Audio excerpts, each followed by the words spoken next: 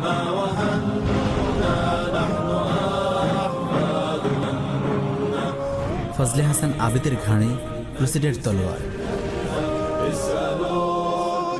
ব্র্যাক বাংলাদেশের সবচেয়ে বড় এনজিও।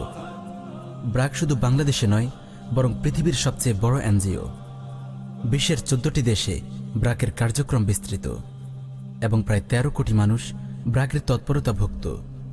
এখানে কাজ করে প্রায় 1 লক্ষেরও বেশি কর্মী, যার মধ্যে প্রায় 70,000 নারী কর্মী এবং 30,000 পুরুষ কর্মী। 1972 সালে ব্র্যাক প্রতিষ্ঠা করে স্যার ফজলে হাসান আবেদ, নাইট কমান্ডার বা কেসিএমজি। ফজলে হাসান আবেদের নামের শেষে লেখা হয় কেসিএমজি, যার অর্থ হল knight commander star of the order of saint Michael and saint George বা কেসিএমজি। ফজলে হাসান আবেদের নামের শেষে লাগানো এই কেসিএমজি শব্দটির সার্থকতা বুঝতে হলে আমাদেরকে ফিরে যেতে হবে আজ থেকে প্রায় 900 বছর আগের ইতিহাসে, যখন ইসলামের বিরুদ্ধে ইউরোপিয়ান খ্রিস্ট সাম্রাজ্য প্রথম ক্রুসেড শুরু করেছিল। পবিত্র জাজিরাতুল আরবের সীমানা পেরিয়ে ইসলামের পতাকা দ্রুতগতিতে ছড়িয়ে পড়ছিল ইউরোপের মাটিতে। 1095 সালে মুজাহিদ বাহিনী খ্রিস্টানদের শক্তিশালী দুর্গ কনস্ট্যান্টিনোপলের সীমানায় এসে পৌঁছায়। খ্রিস্টান সম্রাট অ্যালেক্সিয়াসের অনুরোধে রোমের ক্যাথলিক পোপ দ্বিতীয় আরবান 30,000-এর এক বিশাল বাহিনী নিয়ে মুজাহিদ বাহিনীকে প্রতিহত করে। এভাবেই শুরু হয় ইসলামের বিরুদ্ধে খ্রিস্টানদের ঐতিহাসিক প্রথম ক্রুসেড। আজকের দিনের ফজলে হাসান আবেদের মতো প্রত্যেক যুগেই এমন কিছু মির্জাফর ক্রুসেডারদের পক্ষে কাজ করেছে, যারা ক্রুসেডের তলোয়ার নিজের কাঁধে তুলে নিয়ে খ্রিস্টান বাহিনীর জন্য রাস্তা তৈরি করে দিয়েছে। এমনই কিছু মুনাফিকের সহযোগিতায় খ্রিস্টান ক্রুসেডার বাহিনী 1099 সালে ফিলিস্তিনের জেরুজালেম অর্থাৎ মুসলমানদের প্রথম কেবলা মসজিদুল আকসা দখল করতে সক্ষম হয়। এর প্রায় 40 বছর পর জিহাদের ময়দানে আবির্ভূত হন ইমামউদ্দিন জঙ্গি রহমাহুল্লাহ। ইমামউদ্দিন জঙ্গি রহমাহুল্লাহের মৃত্যুর পর তার ছেলে নুরুদ্দিন জঙ্গি রহমাহুল্লাহ ক্রুসেডারদের বিরুদ্ধে জিহাদের ধারাবাহিকতা ধরে রাখেন। 1147 সালের এই সময়ে খ্রিস্টান ক্রুসেডার বাহিনী দ্বিতীয় ক্রুসেড ঘোষণা করে এবং আল্লাহ তাআলার অনুগ্রহে জিহাদের ময়দানে অবতীর্ণ হন তরুণ মুজাহিদ সালাহউদ্দিন আইয়ুবী রহমাহুল্লাহ, যার নেতৃত্বে মুজাহিদ বাহিনী খ্রিস্টানদের দখল থেকে মসজিদুল আকসা পুনরুদ্ধার করতে সক্ষম হয়। ইসলামের ইতিহাসে একজন মুজাহিদ ঠিক যেভাবে সকলের ভালোবাসা ও চূড়ান্ত সম্মানের অধিকারী হয়, ঠিক তেমনিভাবে ক্রুসেডারদের ভালোবাসা ও চূড়ান্ত সম্মানের অধিকারী হল একজন নাইট। নাইট হল ঘোড়ায় সওয়ার হওয়া অস্ত্রধারী বর্ম পরিহিত সেই ক্রুসেডার যে খ্রিস্ট ধর্মের বিজয়ের জন্য আমরণ যুদ্ধ করে। প্রথম, দ্বিতীয়, তৃতীয় এভাবে চলমান পরপর 9টি ধারাবাহিক ক্রুসেডে England, Germany, France, Holland, Belgium, Hungary, Austria, Armenia সহ সমগ্র ইউরোপ থেকে ফিলিস্তিন তথা মসজিদুল আকসা দখল করতে আসা ঘোড়সওয়ার ক্রুসেডার নাইটদের বিরুদ্ধে জিহাদের পতাকা উড্ডীন করেছিলেন ইমামউদ্দিন জঙ্গি, নুরুদ্দিন জঙ্গি, সালাহউদ্দিন আইয়ুবী রহমাহুল্লাহ এবং তার পরবর্তী মুজাহিদ বাহিনী।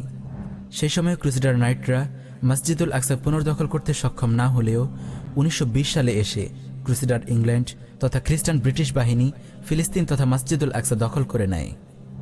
ইসলামের বিরুদ্ধে ইউরোপীয় খ্রিস্ট সাম্রাজ্য পরিচালিত সেই ধারাবাহিক ক্রুসেড এখনও চলমান এবং আরও অনেক বেশি বিস্তৃত, যা ন্যাটো, জাতিসংঘ শান্তিরক্ষী বাহিনী, আমিসম, আফ্রিকান ইউনিয়ন ইত্যাদি বিভিন্ন নামে ইসলামের বিরুদ্ধে আফগানিস্তান, সোমালিয়া, ইরাক, সিরিয়া, মালি, ফিলিস্তিন সহ বিশ্বের অনেক ভূখণ্ডে যুদ্ধ চালিয়ে যাচ্ছে।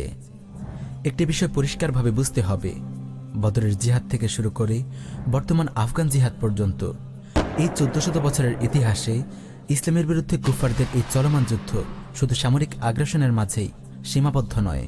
কেননা অতীতের অভিজ্ঞতা থেকে কুফফাররা বুঝতে পেরেছে সামরিকভাবে ইসলামকে চূড়ান্তভাবে পরাজিত করা সম্ভব নয়, বরং যতই কুফফাররা সামরিক আগ্রাসন চালিয়েছে তত বেশি মুসলিম যুবকদের মাঝে জিহাদের প্রেরণা ছড়িয়ে পড়েছে এবং ইসলামের ন্যায়নিষ্ঠতা, ইনসাফ, ভ্রাতৃত্ববোধে আকৃষ্ট হয়ে মানুষ ইসলাম গ্রহণ করেছে। অন্যদিকে জিহাদের এই প্রেরণার পেছনে শক্তিশালী ভূমিকা পালন করেছে মুসলিমদের পারিবারিক বন্ধন, কোরআন ও হাদিসের বিশুদ্ধ ইলম ও ভৌগোলিক জাতীয়তাবাদের বিপরীতে বৃহত্তর উম্মাহ কেন্দ্রিক চেতনা। জিহাদের এই মৌলিক উপাদানগুলোকে নস্যাৎ করে দিতে কুফফার বুদ্ধিজীবীরা মুসলিমদের মধ্য থেকে ফজলে হাসান আবেদের মতো কিছু ব্যক্তিকে নিযুক্ত করেছে, যারা মুসলিম উম্মাহর এই জান্নাতি বৈশিষ্ট্যগুলো বদলে ফেলার চক্রান্তে লিপ্ত হয়। ক্রুসেডারদের পক্ষ হয়ে বেসামরিক তথা সামাজিক, সাংস্কৃতিক ও শিক্ষাক্ষেত্রে মুসলিম উম্মাহকে বদলে দিয়ে ক্রুসেডারদের এজেন্ডা বাস্তবায়নে যারা অসামান্য অবদান রেখেছে, ক্রুসেডার ব্রিটিশ সাম্রাজ্যের পক্ষ থেকে তাদের নিযুক্ত করা হয় নাইট কমান্ডার বা KCMG হিসেবে, এবং ব্রিটিশ রাজ পরিবারের পক্ষ থেকে নামের শুরুতে যুক্ত করা হয় স্যার উপাধি।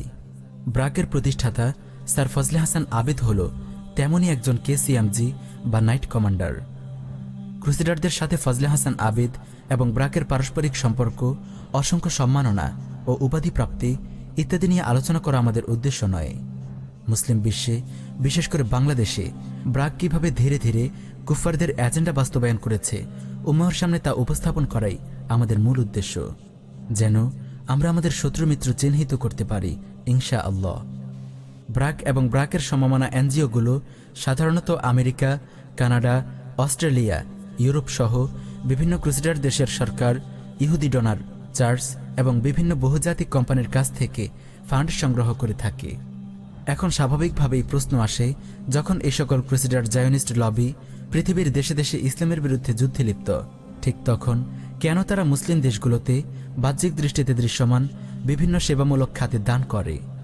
কি এর রহস্য? এই বিষয়টি বুঝতে হলে আমাদেরকে দেখতে হবে ব্রাক বা ব্রাকের মতো এনজিওগুলো মুসলিম দেশগুলোতে কোন কোন বিষয় বা খাত নিয়ে কাজ করে যাচ্ছে এবং এর ফলাফল কি দাঁড়াচ্ছে। ব্রাকের বিস্তৃত কর্মযজ্ঞ নিয়ে এই ক্ষুদ্র পরিসরে আলোচনা করা সম্ভব নয়। আমরা শুধু ব্রাকের দুই একটি প্রজেক্ট নিয়ে আলোচনা করেই শেষ করব। সচেতন ভাইদের জন্য এটাই যথেষ্ট হবে ইনশাআল্লাহ। আমরা দেখতে পাই ব্রাকের অনেকগুলো কাজের মধ্যে একটি হল জন্ম নিয়ন্ত্রণ বা জনসংখ্যা নিয়ন্ত্রণ।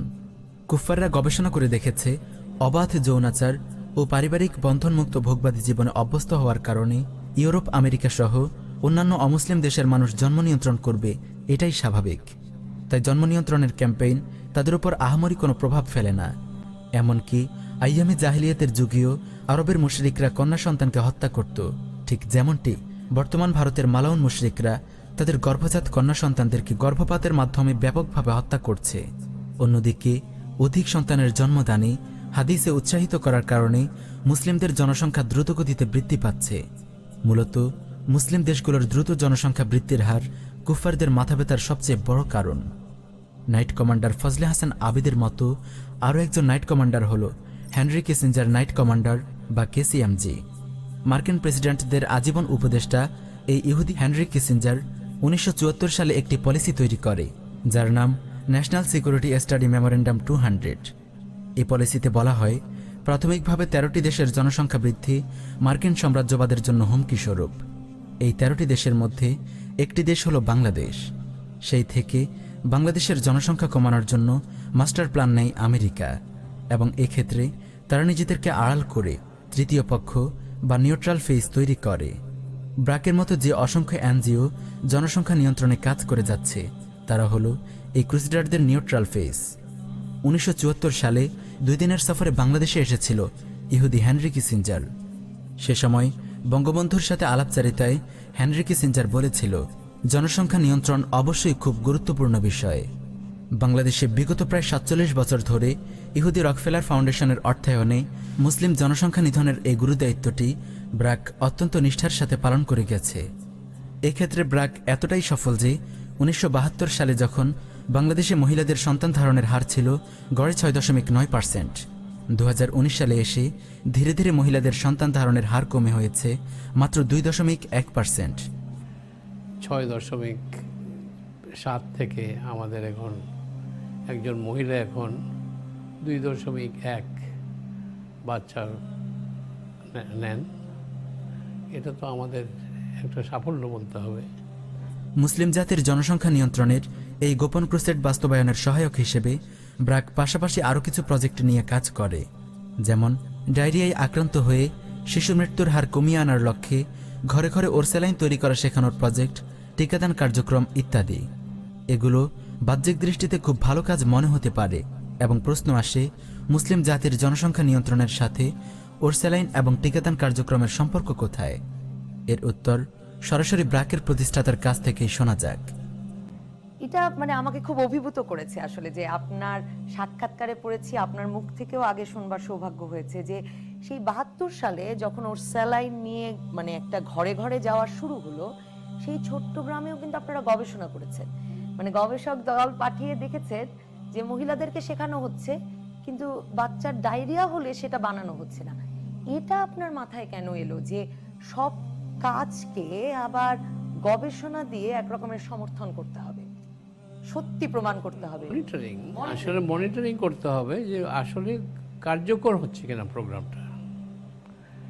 আমার কথা হলো প্রথম একটা কর্মসূচি কার্যকর হতে হবে, তারপরের কথা হলো যে এটাকে এফিশিয়েন্ট করতে হবে, আরও কম কাজ করে কিভাবে আরও কার্যকর করা যায়। আর তারপরে থার্ড স্টেজ হলো এটাকে সারা দেশে ছড়িয়ে দিতে হবে। সারা দেশে ছড়িয়ে দিতে না পারলে এটার ইমপ্যাক্ট হবে না দেশে। দেশে ইমপ্যাক্ট কীভাবে হলো, সারা বাংলাদেশে শিশু মৃত্যুর হার কমে গেল। শিশু মৃত্যুর হার কমে গেলে মারা তখন আর এত বাচ্চা, এত শিশুর জন্মদান থেকে বিরত থাকতেন। বেড়ে গেল আমাদের জন্ম নিয়ন্ত্রণ কর্মসূচির আরও বাড়তে লাগলো। পিল, ইনজেক্টেবলস এইগুলো ডিমান্ড বাড়তে থাকলো। আমাদের এখন 6.7 থেকে আমাদের এখন একজন মহিলা এখন 2.1 বাচ্চা নেন। এটা তো আমাদের একটা সাফল্য বলতে হবে। ফজলে হাসান আবেদের স্বীকারোক্তি মতে 10 বছর ব্যাপী বাংলাদেশের 75,000 গ্রামের 1,40,00,000 পরিবারে ব্র্যাক মাঠ পর্যায়ে জরিপ চালিয়ে দেখেছে, যদি রোগাক্রান্ত হয়ে শিশু মৃত্যুর হার কমিয়ে আনা যায় তাহলে মা বাবা 2-1টি সন্তানেই সন্তুষ্ট হয়ে যায়। এভাবে ধীরে ধীরে মুসলিমদের জনসংখ্যা কমতে থাকবে।